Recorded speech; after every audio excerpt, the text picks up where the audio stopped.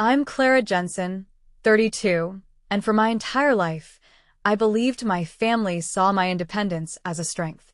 I thought being the easy daughter meant I was loved, just in a different way. That was the fundamental lie I lived for 32 years. It shattered on Thanksgiving when my mother, Eleanor, handed my sister a 25,000 luxury retreat, then gave me a bent card containing a 5 instant-win lottery ticket. My father's blocky handwriting read, "Don't spend it all in one place."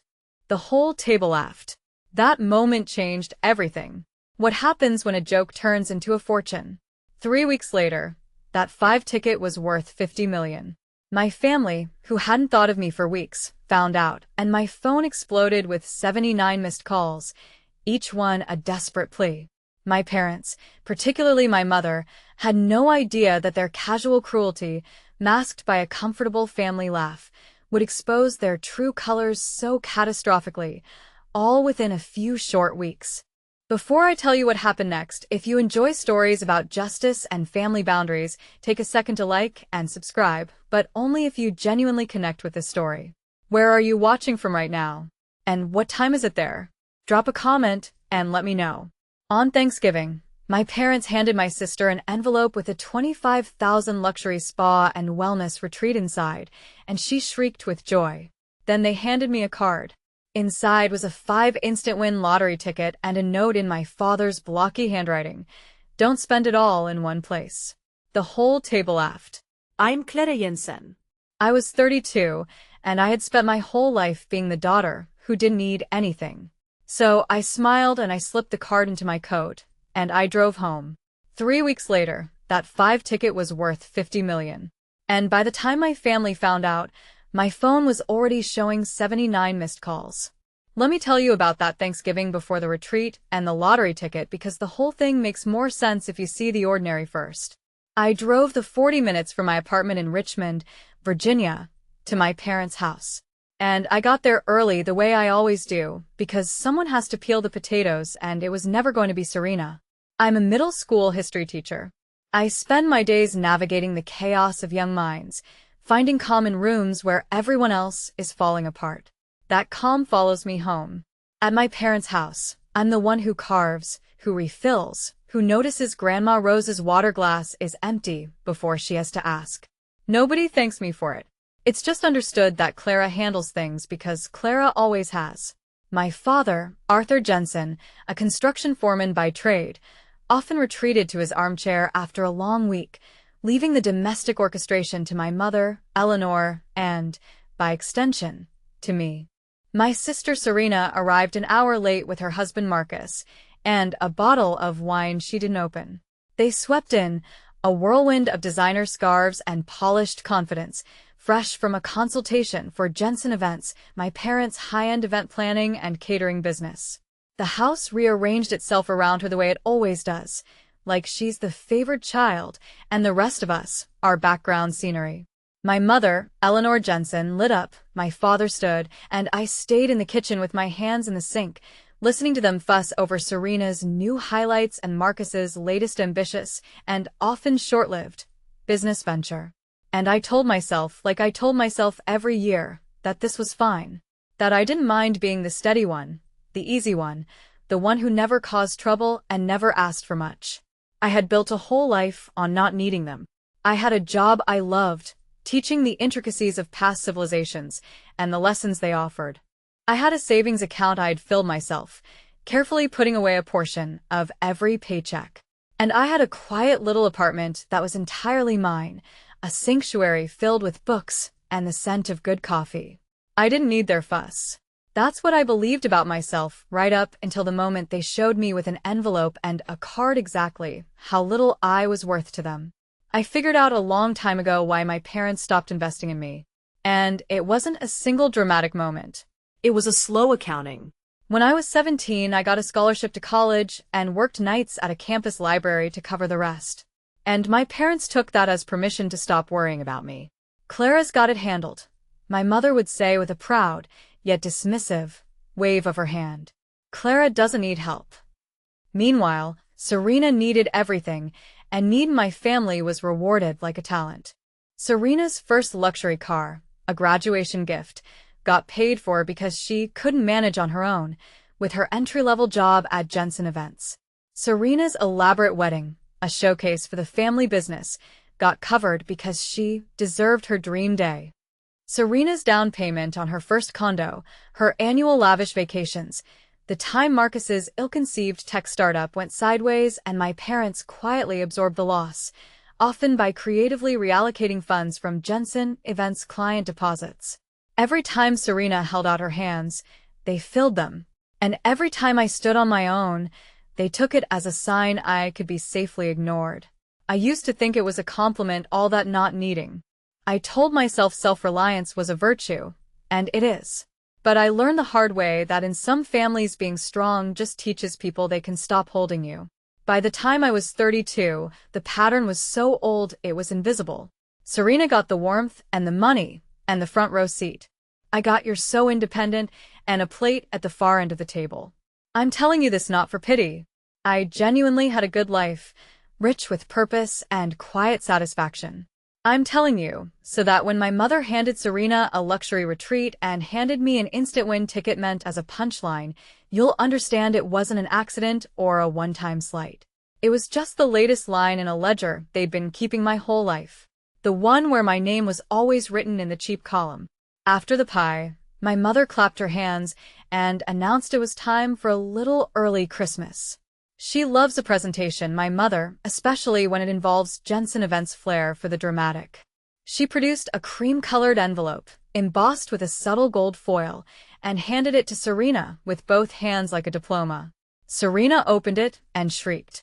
Inside was a glossy brochure and a confirmation for a $25,000 luxury spa and wellness retreat in the Caribbean, the kind of thing that shows up in exclusive travel magazines. Oh my God, Mom. Dad. This is too much. It was not too much in my family. For Serena, there was no such thing as too much.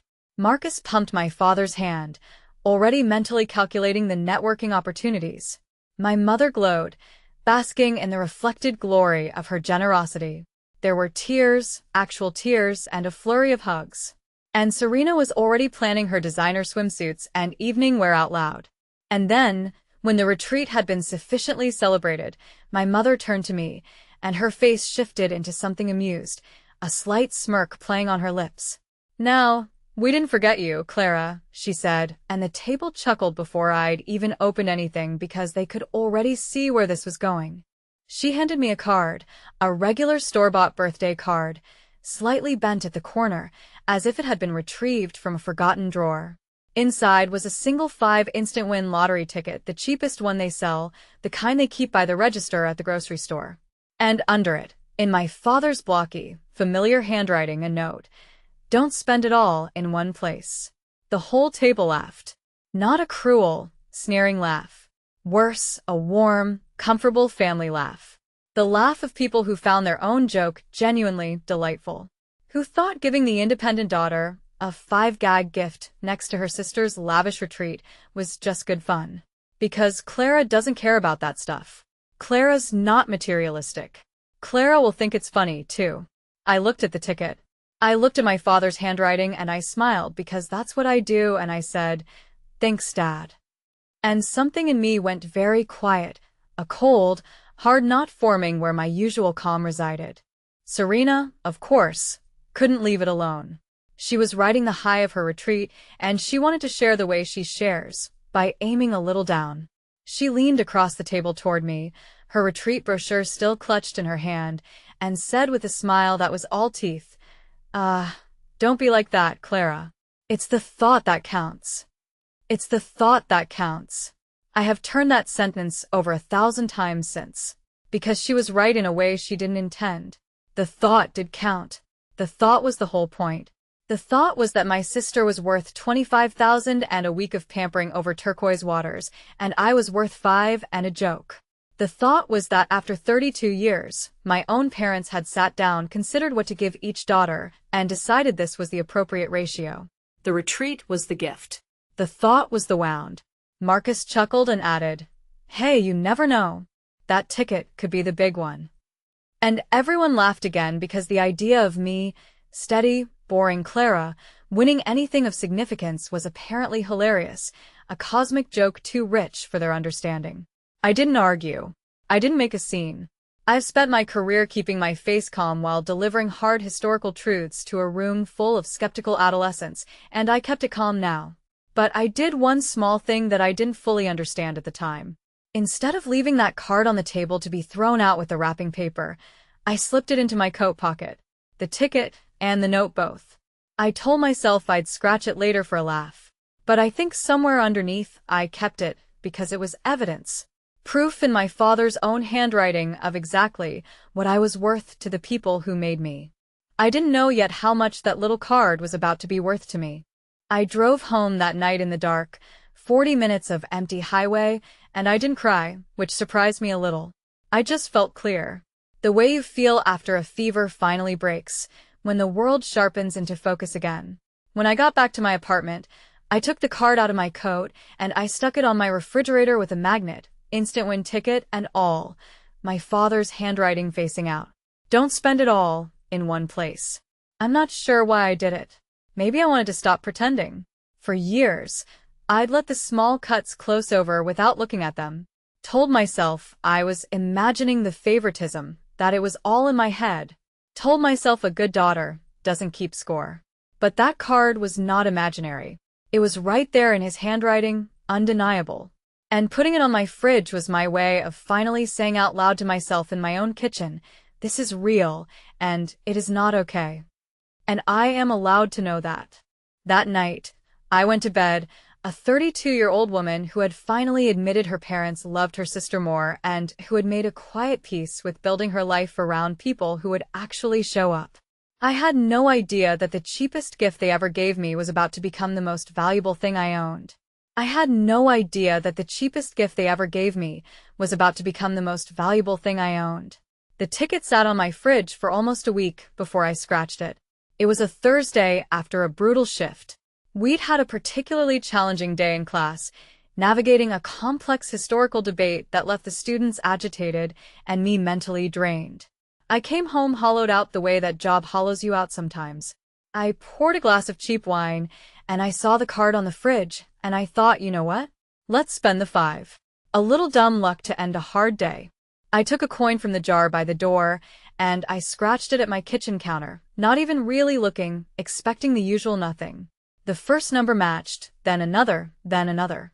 There's a thing that happens in my line of work where your brain registers a critical error in a historical timeline a half-second before your feelings catch up. The way a student makes a glaring factual error, and your mind is already constructing the correction while your expression remains neutral. That's what happened at my counter. My hands knew before I did.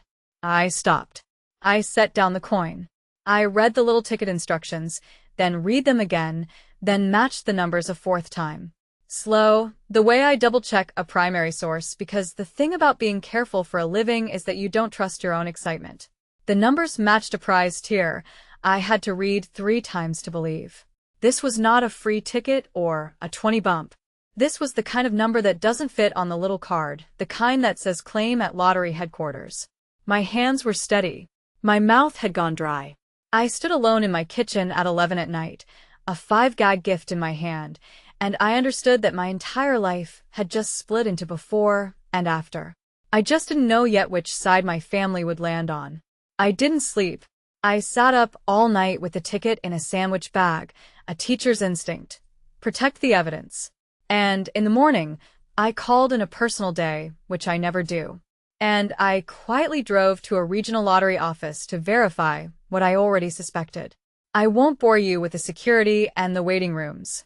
What matters is the number they confirmed, careful not to say it too loud. 50 million.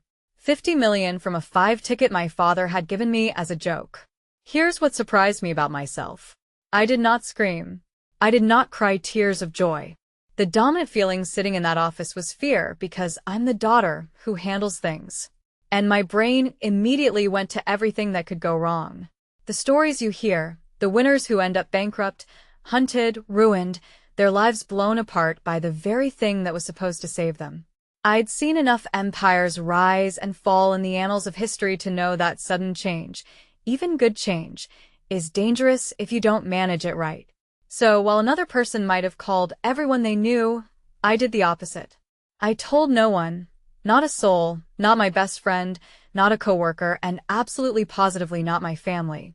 I drove home with the ticket still in its bag, and I sat at my kitchen table, and I made a list because lists are how I stay calm. Step 1 was not buy a car. Step 1 was find a lawyer, because I already understood in my bones that the most important decisions of my life were the ones I was about to make in the next 2 weeks in silence before anybody knew my name was attached to that number. People always ask me the same question when I tell this part. Why didn't you call your family? You just won 50 million. And the honest answer is that I sat at my table that morning and I genuinely thought about it. There's a reflex, even in a hurt person, to run to the people who made you. I picked up my phone. I scrolled to my mother's name. And then I looked up, and there on the fridge was the card. Don't spend it all in one place. It's the thought that counts, Clara. And I put the phone down because here's what I knew about my family. With the same certainty, I know how to dissect a historical event. If I called them, the money would become theirs. Not legally. Emotionally, it would instantly stop being the thing that happened to me and become the thing that was owed to everyone. My mother would have opinions. Serena would have needs. Marcus would have a business plan within the hour. And me, the daughter who never asked for anything, would be expected one more time to hand over what was mine so that everyone else could feel taken care of. I had watched it my whole life. The retreat, the car, the wedding, the down payment. In my family, money flowed toward whoever cried loudest, and I had never once been allowed to be the one it flowed toward. I was not going to let the biggest thing that ever happened to me follow that same old current. So, I made a decision that I think saved my life, or at least my sanity. I would handle this exactly the way I handle a crisis at work, calmly, correctly, privately, and only when it was fully under my control would I decide what, if anything, my family deserved to know. The lawyer I found was a woman named Evelyn Hayes, who specialized in exactly this, and who did not blink when I told her the number, which is how I knew I'd found the right person. The first thing she said was, "Have you told anyone?" When I said no, not one person, she actually smiled. Good, she said. You may be the first sensible winner I've ever met. Then she taught me the thing that changed everything. The thing most people who win never learn until it's too late. In my state, I did not have to claim the prize as myself. I could form a trust, and the trust could claim the ticket, and the only name that would ever become public was the name of the trust. A blind trust with Evelyn's firm as trustee. My identity would stay sealed. The world and my family would only ever know that a local resident had won. And the crucial part, the part Evelyn stressed, was the order of operations. You set up the trust before you claim. Once your name is on that giant check, you can never take it off. We had a narrow window to do this right, and we used it for 2 weeks. While my family ate leftover Thanksgiving turkey and Serena planned her retreat wardrobe, I quietly did the most important administrative work of my life. I want you to notice something because it matters to me that you do. The very thing my family had punished me for my whole life, being careful, being self-sufficient, not needing anyone, was the exact thing that was now protecting me. My calm wasn't a flaw they could overlook. It was the reason I wasn't going to end up another lottery horror story. They taught me to handle things alone. So I did. We named the trust something deliberately boring. 2 ordinary words, and the letters LLC. Nothing that pointed at me, nothing anyone would look at twice. Evelyn's firm as trustee claimed the ticket on the trust's behalf. The money, after taxes, after the lump sum discount, still a number with more zeros than I'd ever held in my mind, moved into accounts I would learn to manage slowly, carefully with advisors Evelyn vetted. There was no giant novelty check photo, no press conference, no local girl makes good headline with my face on it. Just a quiet legal transaction that turned a scratch off from my fridge into a fortune held under a name no one could trace. And then I did the strangest, most grounding thing I could have done. I went back to work. I picked up my next shift in the middle school in my same classroom, and I taught the same history lessons, and not one person knew that the tired teacher refilling the whiteboard markers was worth 50 million. I cannot fully explain how good that felt. For 2 weeks, I carried the biggest secret of my life, and instead of it isolating me, it steadied me. Every shift reminded me who I actually was underneath the number. I wasn't a jackpot. I was a teacher who'd gotten very lucky and was determined not to let the luck unmake her. My family, meanwhile, had no idea. To them, I was still the same old, reliable, unremarkable Clara, the one you give 5 and a joke. And I let them keep believing it because every day that they didn't know was another day the decision stayed entirely mine. I had time now to think about what I really wanted to do. And what I wanted to do had nothing to do with the people who'd laughed at my card. The story broke the way these stories do, in the local paper and then on every phone in the county. Single winning ticket for 50 million sold in the area. No name, just the trust, just the region, just the staggering number. And my hometown of Richmond lost its mind.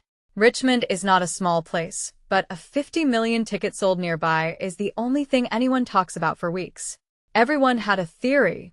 Everyone knew somebody who might be the one.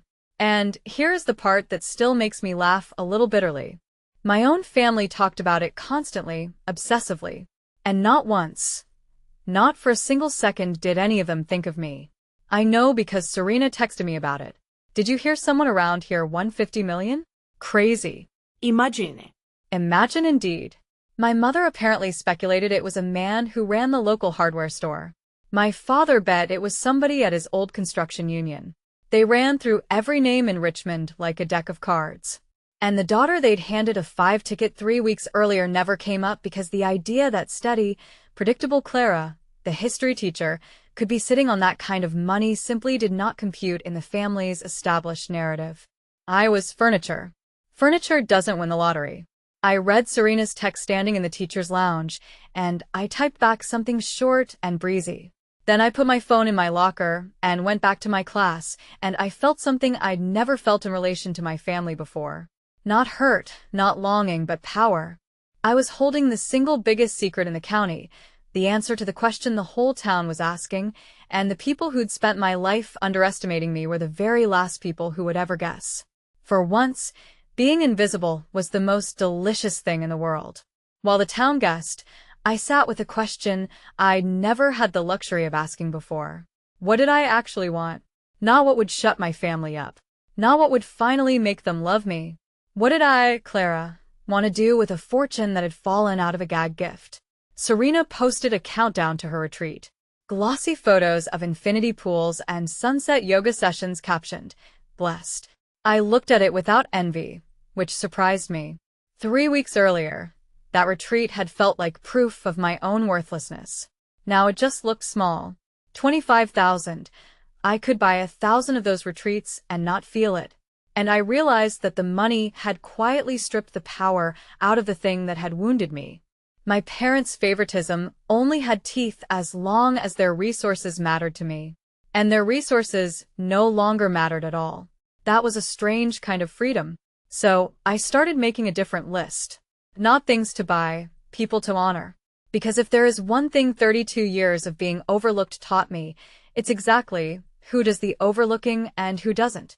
I knew down to the name which people in my life had treated me like I mattered back when I had nothing to offer them.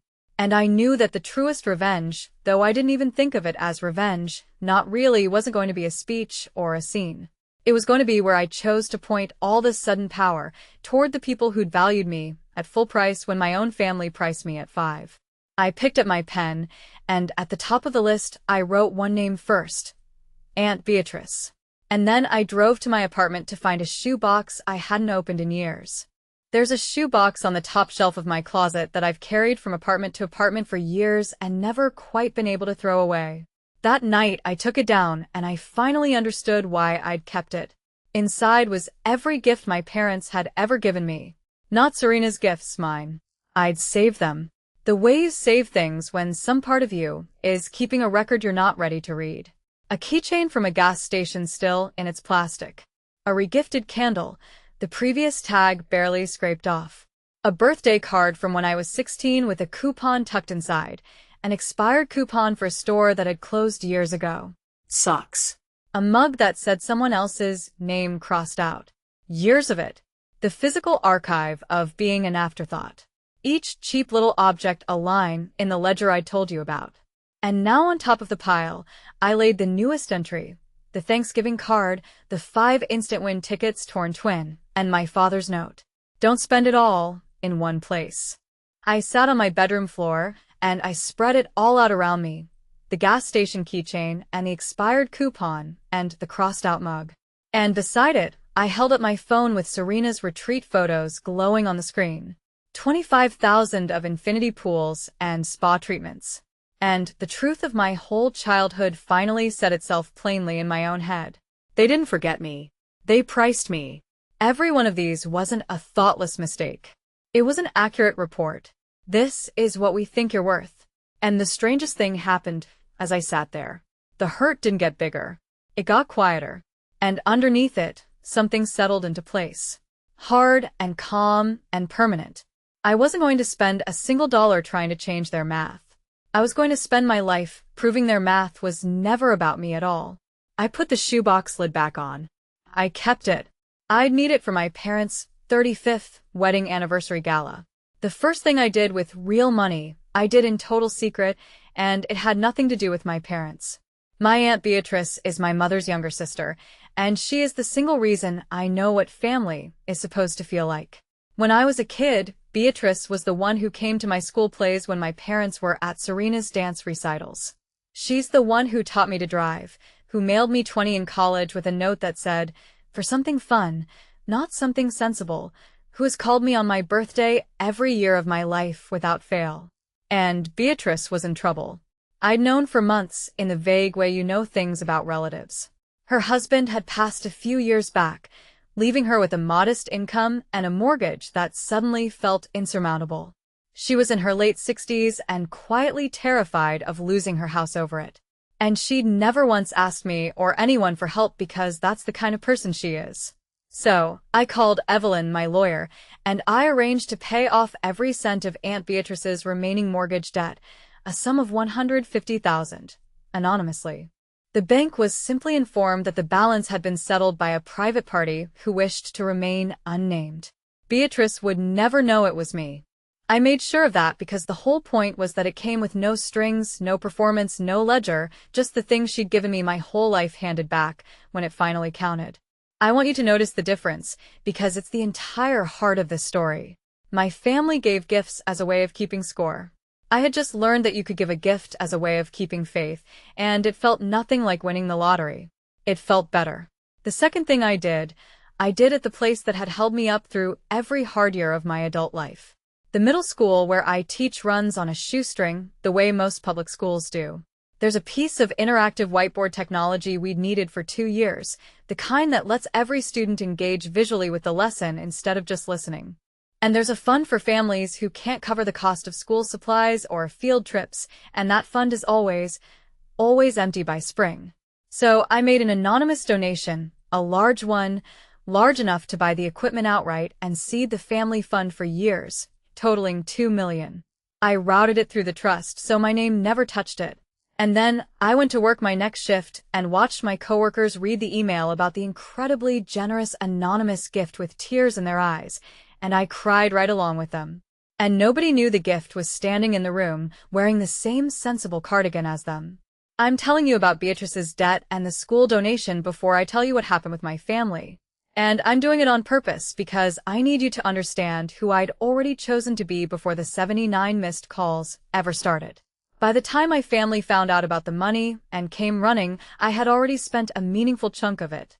Not on cars or houses or revenge, but on the people who'd loved me when I was worth nothing to anyone. That wasn't an accident of timing. That was the whole answer. When you finally have the power to give, you find out the truth about yourself in where you point it. My family was about to find out the truth about themselves in the exact same way. And it would not be flattering. A secret that big can't stay sealed forever in a city like Richmond, especially when the local news won't let it go. The leak, when it came, was almost stupidly ordinary. The clerk at the convenience store where my father had bought the ticket remembered the sale. A regular guy buying a single 5 instant win ticket as part of a stack of holiday cards. The store got a small bonus for selling the winning ticket. And in the excitement, someone mentioned that the lucky card had been a gift bought by a local man given away to family. That detail traveled. A gift ticket given to family. And slowly, in the gossip of a small place, people started doing the math my own family had refused to do. A cousin of mine, sharper than the rest, put it together first. The winning ticket was sold at the store by my dad's house around Thanksgiving as a gift to a relative. And then she remembered, because she'd been at that dinner, that Arthur Jensen had handed his other daughter a 5 instant win ticket as a joke. I got the first strange text from that cousin on a Tuesday. Clara, that lottery ticket, was that the one your dad gave you? Did you win? I stared at it in the teacher's lounge for a long time. I'd known this moment would come. I'd had 3 weeks to prepare for it. 3 weeks of quiet, of doing things right, of becoming the person I wanted to be before the noise started. And now the noise was coming. I could feel it gathering like the pressure change before a storm rolls over the James River. I didn't answer the cousin. I put my phone in my locker and finished my shift. Calm hands, steady voice. One more night of guiding young minds through the complexities of history, because I knew that by the time I clocked out, my whole life was going to be ringing. Before the storm fully hit, I got one phone call that I'll keep for the rest of my life.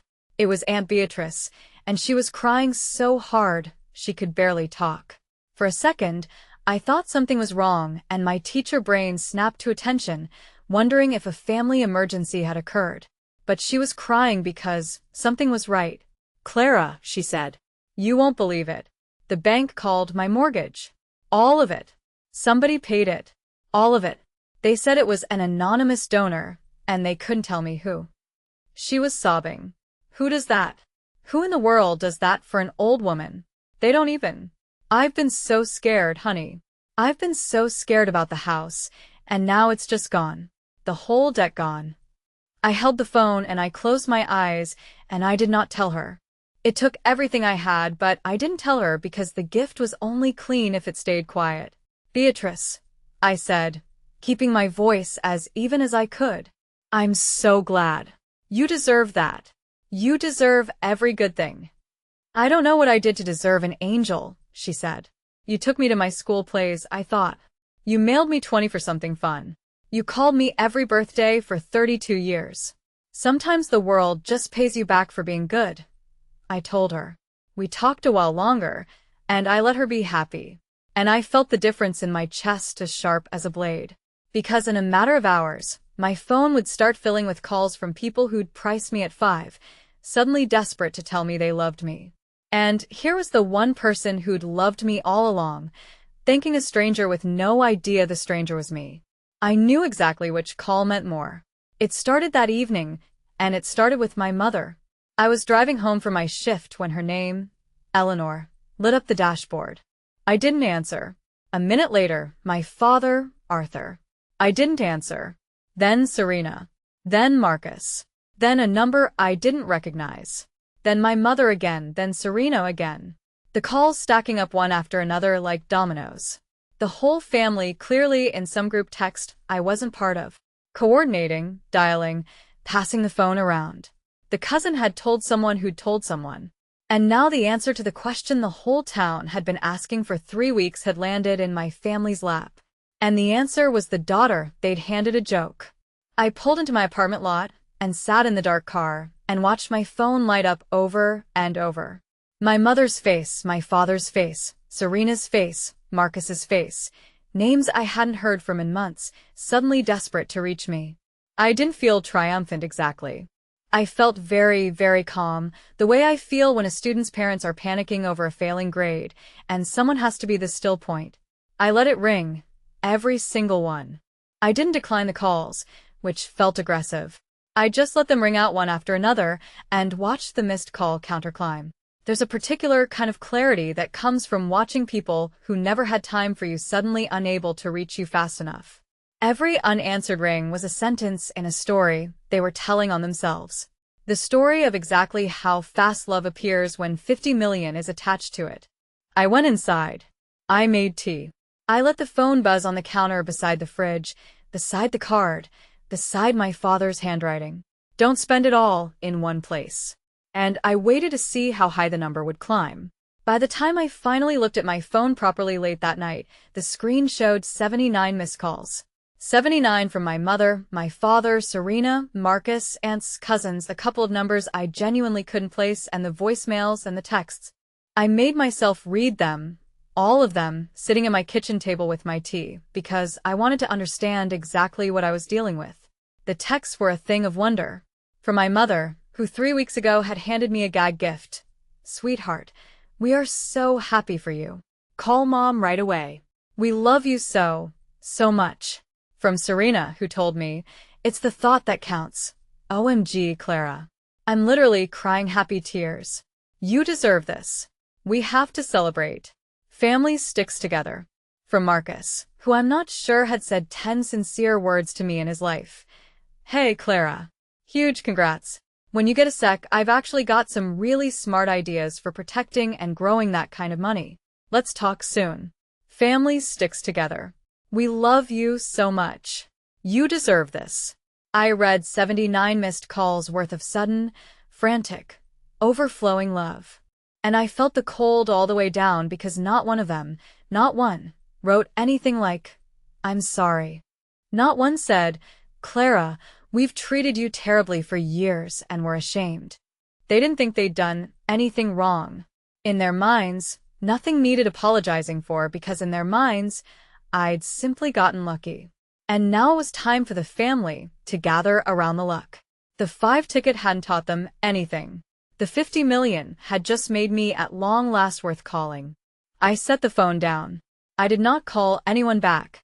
But I did decide, sitting there, that they were going to hear from me once on my terms.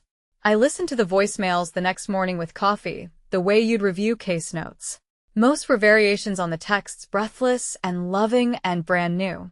But 2 of them told me everything I needed to know about what my family actually wanted. The first was Marcus's. He'd left a 4-minute voicemail. For minutes, and he didn't waste much of it on congratulations. He explained, been doing some research, and he knew exactly the right people to help me handle a windfall of this magnitude.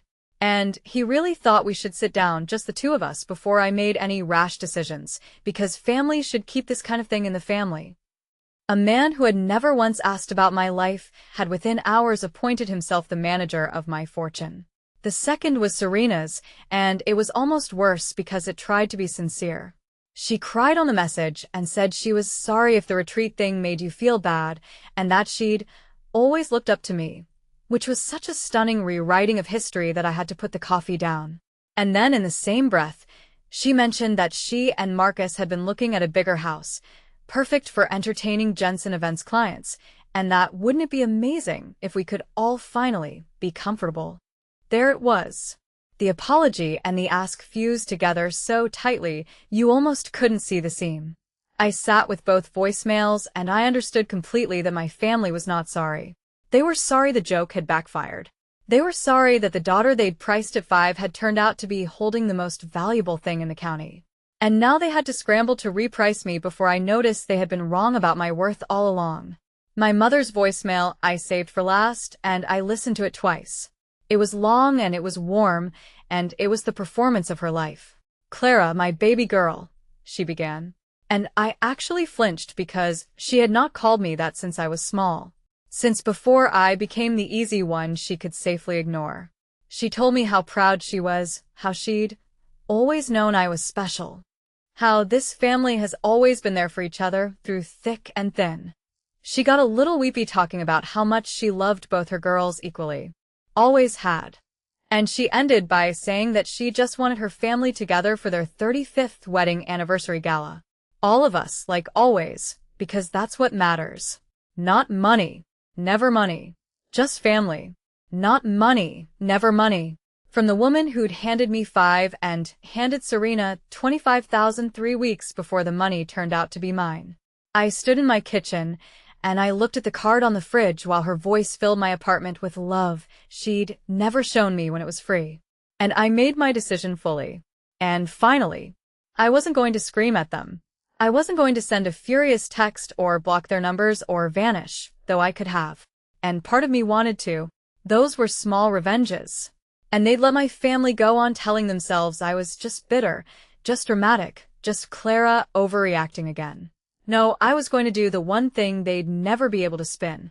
I was going to show up at their 35th wedding anniversary gala, calm and kind, in front of the entire family and their important clients, and I was going to tell the simple truth out loud. And then I was going to set a boundary they could not cross. And I was going to bring the card. I texted my mother back one message after 79 calls. I'll come to the gala. See you then. That was all. I could feel even through the silence that followed how it landed. The relief, the scramble, the group text Shirley lighting up with, "She's coming." She answered. "She's coming." I let them have their flurry. I had chosen the gala on purpose. And I want to be honest with you about why, because it wasn't only about an audience.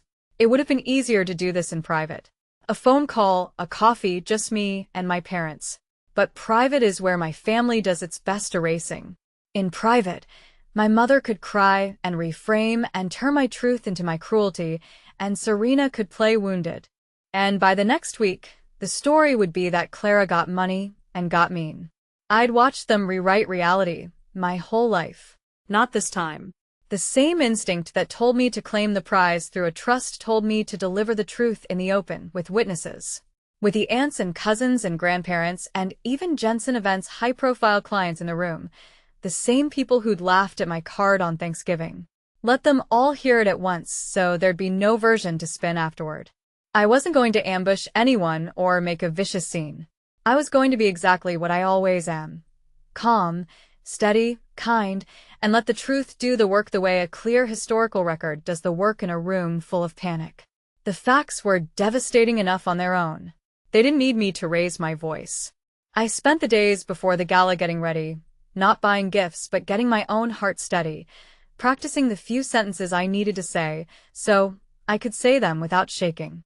And I made sure of one thing. The card was coming with me. The night before the gala, Aunt Beatrice called me again, and this time she'd figured something out. Not the donation. She still didn't know about that, but she'd heard, like everyone had, that I was the winner. And she'd heard that the family was in a frenzy. And she called me not to congratulate me on the money, but to check on me, which tells you everything about the difference between Beatrice and the rest of them. "How are you, honey?" she said, and she meant it the way nobody else had thought to mean it in 79 calls. This must be a lot. People can get strange about money. I told her I was okay. I told her I was going to the gala, that I had some things to say. She was quiet for a moment, and then she said something I carried into that room with me. "You don't owe them anything, Clara. I want you to hear me. Not the money, not an explanation, not your forgiveness, nothing. You've been giving to that family your whole life and getting handed scraps. And whatever you decide to do tomorrow, I'm on your side. I'll always be on your side. You were never the easy one to me. You were the best one." I had to sit down because that was the thing I'd been starving for my entire life, and it had been there all along, just not from the people I'd been trained to want it from. I thought about the shoebox and the card and the 5 ticket. And I thought about Beatrice mailing me 20 for something fun and not something sensible. And I understood that I wasn't walking into the gala to get anything from my parents. I'd already gotten the only thing that mattered from the one person who'd always given it freely. I picked up the card. I was ready. My parents' house at the gala was a different country than it had been at Thanksgiving. When I walked in, the whole room, shimmering with the elegant decor of Jensen Events, turned toward me like sunflowers toward the sun. The exact treatment that had always, my entire life, been reserved for Serena. My mother rushed me before I had my coat off, arms wide. "There she is. There's my girl." My father stood up so fast he knocked a decorative vase. Serena was there, and Marcus, and a dozen aunts and uncles and cousins, and Grandma Rose in her specially placed armchair by the grand staircase. And every face was lit with a warmth I had never once been greeted with in 32 years. Serena had postponed her luxury retreat, I learned, to be with family for the holidays, which is to say she'd canceled a week of pampering the instant she learned where the real money was. The house was meticulously decorated, the lights were dazzling, and I noticed with a calm I was almost proud of that several of the beautifully wrapped gifts piled beneath the staircase had my name on them this year. Big ones. My mother steered me to the good chair, the one I'd never been offered, usually reserved for an important client or a visiting dignitary. She pressed a glass of champagne into my hand. Everyone was talking at once. Congratulations and love, and how wonderful and how proud. A wall of sound designed to sweep me up in it, to make me feel finally like one of them. And I let it happen for a few minutes. I sat in the good chair, and I held the champagne I wasn't going to drink. And I let my family perform their love at full volume, because I wanted to see all of it, the whole show, before I spoke. I wanted to remember it. The hugs, the tears, the presents with my name on them 3 weeks too late. And when it had crested, when the room was warm and certain it had won me back, I sat down my champagne, and I said quietly, "Can I say something?" The room hushed fast, the way a room hushes when it's been waiting for you to speak. 3 weeks ago, I couldn't have gotten this family to quiet down for me if I'd stood on the table and recited the entire Federalist Papers. Now, the moment I opened my mouth, you could have heard a pin drop because now I was worth listening to. I noted that, too. I stood up, not because I needed to loom, but because I wanted to be able to see every face, and I wanted every face to see me. My mother was beaming, certain this was the moment I'd melt. The prodigal daughter about to gush about how much family means. Marcus had his phone in his hand again. Serena's eyes were shining. "First," I said, "thank you all for the warm welcome. It's quite a change." A few uncertain chuckles, not sure yet if it was a joke. 3 weeks ago at Thanksgiving, in this same house, most of you were here. I kept my voice gentle, conversational, the tone I used to tell a family hard news without breaking them. My parents gave Serena a $25,000 luxury retreat, and they gave me this. I reached into my bag, and I took out the card, the bent birthday store card, the empty space where the instant win ticket had been, and my father's handwriting plain across the bottom. I held it up so the room could see it. "A 5 lottery ticket," I said with a note from my dad. "Would you like me to read it?" Nobody answered. My father had gone pale, his usual ruddy complexion drained of color. I read it anyway, calmly into the silence. "Don't spend it all in one place." I let it sit. Everybody laughed that night. "It's the thought that counts," Serena told me. And she was right. The thought did count. The thought was that she was worth 25,000, and I was worth 5. The room had stopped breathing. "I kept the card," I said. "I want to tell you why. I kept it because for the first time in my life, I let myself stop pretending it didn't mean anything. My whole life, the gifts told the truth this family wouldn't say out loud. Serena got the retreats and the cars and the down payment. I got keychains and expired coupons and 5. And I always told myself I was imagining it. This card is the one time it was too clear to argue with. So I put it on my fridge, and I looked at it every day, and I finally believed what it was telling me. I looked at my mother, then my father, then around the whole circle of suddenly silent faces. Then I scratched the ticket, and it was worth 50 million. I said the number plainly, no drama, and watched it move through the room like a current. I claimed it quietly through a trust with a lawyer, which is why it took you 3 weeks and a convenience store clerk to figure out it was me. And in those 3 weeks, before any of you called, I'd already decided what to do with it. I set the card down on a pristine white tablecloth on the coffee table, face up, where everyone could see the handwriting. I paid off Aunt Beatrice's mortgage debt anonymously because, when I was a kid, she came to my school plays while you were all at Serena's recitals. Beatrice wasn't there. She was celebrating the holidays with friends from her church. But I saw 2 cousins' heads turn. Saw it land. I gave a large gift to the middle school, where I work for the families who can't pay for supplies. And I'm setting up a scholarship fund for students who are putting themselves through college the way I did, alone. Then I looked at my mother, and I said the thing I'd come to say, quiet and steady and absolutely without cruelty. "You valued me at 5 for 32 years. And now that the 5 turned into 50 million, you've decided I'm your baby girl again." I let that breathe. "But I'm not going to fund a single person in this room. And I need you to understand that it's not revenge. It's just the receipt." Then the warmth in the room curdled all at once into something much more honest. My mother got there first. "How can you say that?" she cried, the tears switching instantly from joy to injury. "After everything, You'd punish your own family over a card? It was a joke, Clara. It was just a joke. And you're going to throw your family away over 5? I'm not throwing anyone away, I said. I'm just not paying to be loved. There's a difference. Marcus stood up, red in the face. The manager act gone. This is insane. That's family money. It should help the family. You can't just sit on 50 million while your own parents. It's not family money, I said. It's mine. It was always going to be whoever's name was on the ticket. It just happened to be the daughter you gave it to as a joke. And Serena started to say it. The old reflex. Clara, it's the thought that. And then she heard herself. Heard her own Thanksgiving words coming back out of her mouth, and she stopped, her face crumpling into something that for 1 second looked almost like real shame. That was the closest thing to a genuine moment any of them gave me. It didn't change anything, but I saw it. And here's the part I want you to notice because it's the whole reason it worked.